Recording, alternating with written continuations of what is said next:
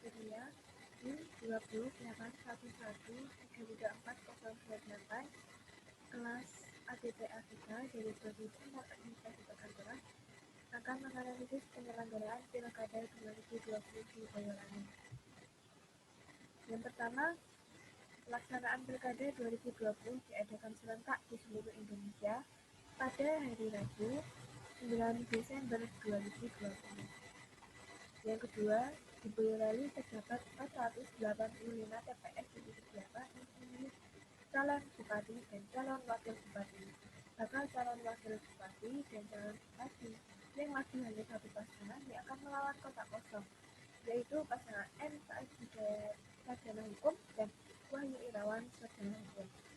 Yang ketiga, pelaksanaan pilkada dilakukan dengan mematuhi protokol kesehatan, yaitu pertama, memakai masker, yang kedua, mencuci tangan, dan ketiga, menjaga jarak.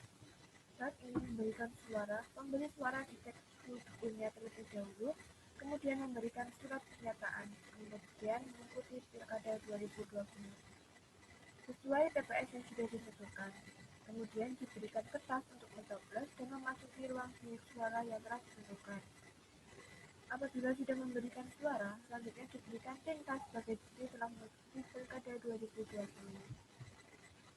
Yang keempat, hingga Kamis, tanggal 10 Desember 2020 pukul 2:30 waktu Indonesia Barat, pasangan tunggal Muhammad Said Hidayat dan Wahyu Irawan menang banyak dari lawannya, yaitu kotak kosong.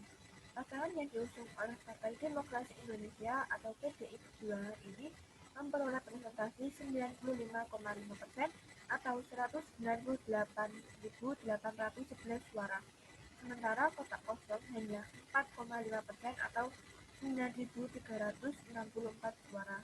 Hasil tersebut diperoleh melalui 1.637 tempat pemungutan suara atau TPS dari total TPS 3.155 yang tersebar di Kabupaten Boyolali, dan ini sudah lebih dari 50%, tepatnya 51,89 TPS.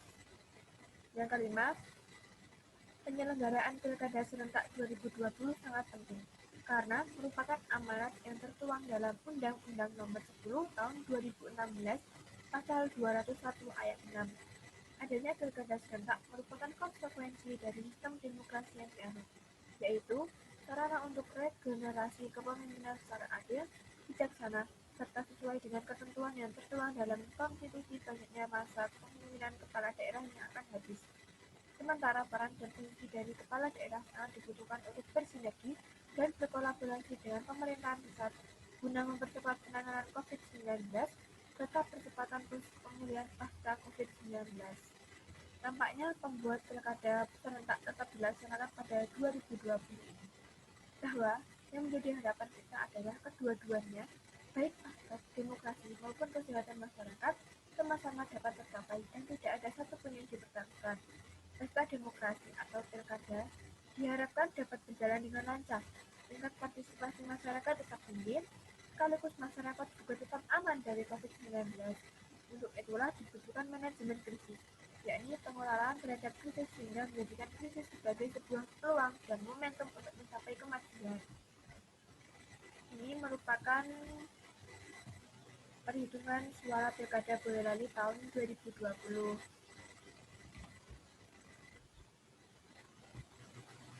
Nilai demokrasi dari Pancasila yang diterapkan saat Pilkada 2020 yaitu: yang pertama, demokrasi dengan hak asasi manusia, yaitu prinsip yang berarti demokrasi berdasarkan Undang-Undang Dasar 1945, di mana mengakui HAM dengan tujuan bukan hanya menghormati hak tersebut, namun juga meningkatkan martabat dan derajat manusia seutuhnya. Yang kedua, demokrasi dengan kemakmuran, yaitu prinsipnya ialah supaya membangun negara yang makmur oleh dan untuk rakyat Indonesia yang mencakup semua aspek, entah hak atau kewajiban, keadilan rakyat, pembagian kekuasaan, otonomi daerah, ataupun keadilan hukum. Yang ketiga, demokrasi yang berkeadilan sosial. Prinsip ini berarti demokrasi menggariskan keadilan sosial di antara berbagai kelompok, golongan, dan masyarakat. Ini merupakan bukti bahwa penghitungan suara di TPS Desa Wates.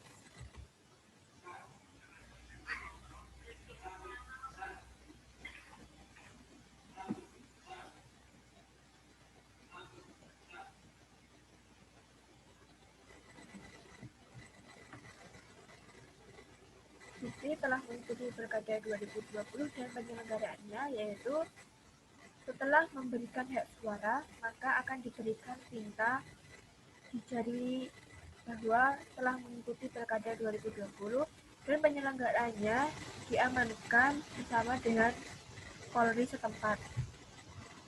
Terima kasih.